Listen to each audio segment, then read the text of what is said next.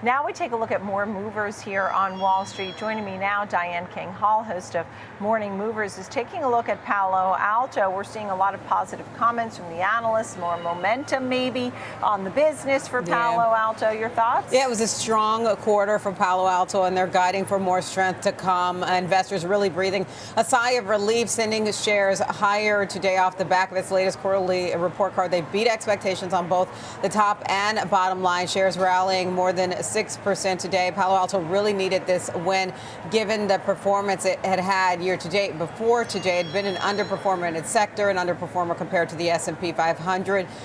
In the fourth quarter, revenue jumped 16% year over year to $2.54 billion. The street was looking for $2.5 billion, so that's a clean beat there.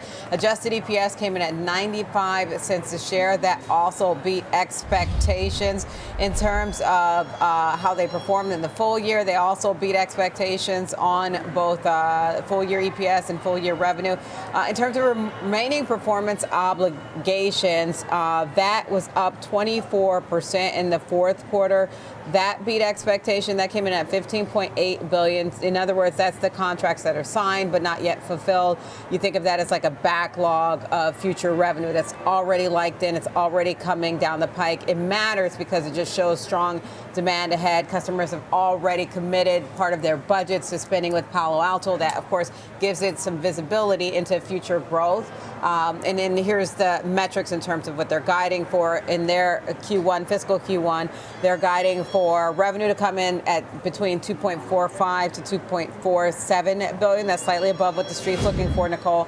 Full year, they're guiding for 10.48 to 10.53 billion, also ahead of consensus here. EPS, they're guiding for 375 to 385 for fiscal year 2026, also above expectations. Oh, and by the way, also guiding for better than expected remaining performance obligations. They're guiding for that to come in a range of 15.4 to 15.5 billion. So really firing on all cylinders. And I was talking to Kevin Green about this earlier, Nicole, and one of the things that he pointed out is often with Palo Alto, they're more conservative in terms of how they guide. So now the view is if they're keeping that pattern, you can see why shares are also rallying. Yeah, I mean, there is one sell rating I see here this morning. Guggenheim with a sell rating and a 135 target, but Dan Ives over at Wedbush has been obviously always touting this one. He has a 225 target, and I see a few others over 200 or at least higher than where we are now. So some of the analysts on board on the positive side. Yeah, absolutely. Yeah, so I'm seeing some of that similar activity.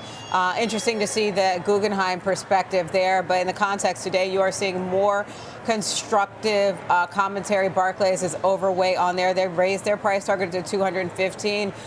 Bank of America coming off the sidelines. They were neutral. They are now a buy on this one, and their price target is 215, which is what their price target was previously, but they called this impressive performance on all fronts. And as you know, we just went through those numbers there. I'm glad you mentioned Dan Ives, looking across his note that he sent out early this morning before 7 a.m., just talking about the beats across the board in both top and bottom line, the RPO, and that platformization strategy, that basically kind of a one-stop shopping that Palo Alto has been trying to do.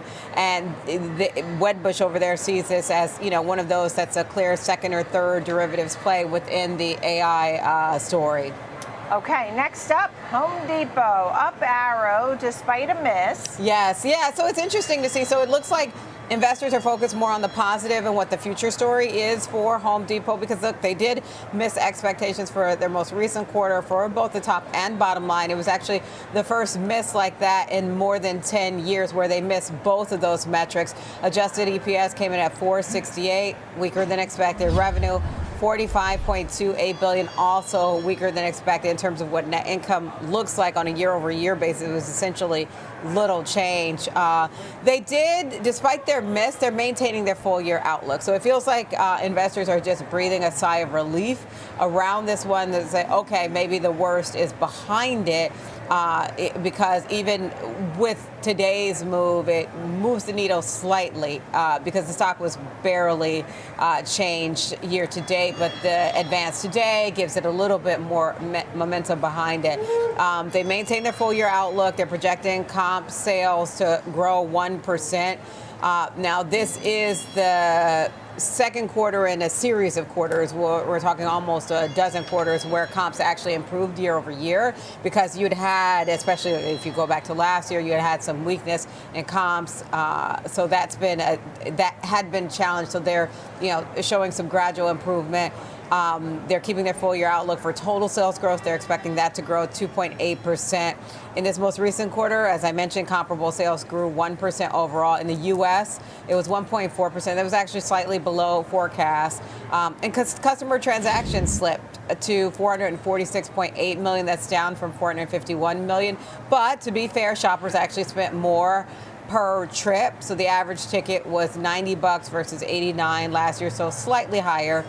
Growth is actually coming from smaller projects. So the big ticket spending still being deferred. We know we've been looking at this space, Nicole, for what does it tell us about the state of the housing market? Is the housing market out of the woods? And we've seen gradual improvement in this space between Home Depot and then some of the economic data. So we've also been hearing from the merchandising VP and the CEO from Home Depot, and the CEO noting that the new tax laws may be favorable for folks for discretionary spending, more money to spend. So maybe that was a positive going forward. Yeah. The merchandising VP did note tariffs and that there may be more, and that could lead to some price increases. So those are both sort of a bit conflicting. One's good news and one's not necessarily good news. But the big picture, as you noted, is they kept the guidance. Yes, exactly. And so that's what, because all of this is future casting, as we know, right? And so you want to see that the picture is improving, or at least if you're sticking by what your forecast was previously, it shows that you're able to navigate headwinds like the tariffs, because that is a challenge, right? Because they're one thing a few months ago, then they've been changing. So that's a fluctuating picture. But if you're able to manage and navigate around the tariffs and impact there, especially because a Home Depot would certainly have some, especially with materials. But one of the things Home Depot did to get in front of the tariffs is they pulled some inventory in, right? So that is one of the things that they did to get in front of it, whether we're talking about the smaller or the larger projects. But a rate cut in September could certainly bode well for Home Depot. You mentioned the tax policy, but it's not just tax or fiscal policy. You've got monetary policy that could be a tailwind for Home Depot, Nicole.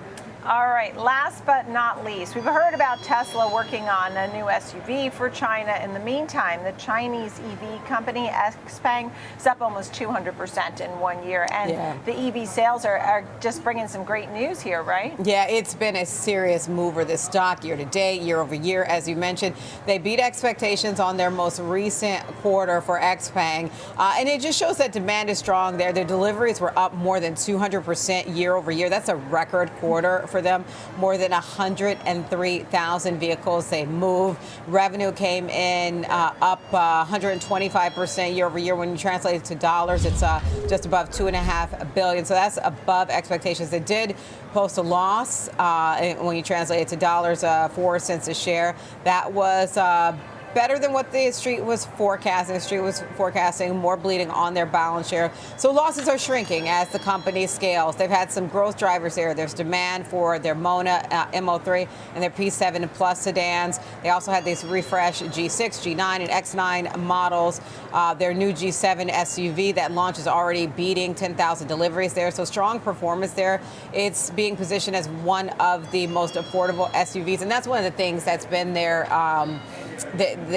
thing, basically, their driver, that they're affordable, because theirs, if you kind of calculate what it is in dollars, $17,000 to $39,000 for their EVs. I was talking to Carl Brower earlier about that, and so it's not just the price point, it's the bang for buck, because you also get the technology with XPeng. All right, and Tesla, folks, by the way, is down slightly. They've announced that they're going to take the orders for that new Model YL. That's $47,000 in China. So they originally launched that in 2020. The Model Y was so popular, it was a top-selling car in 2023.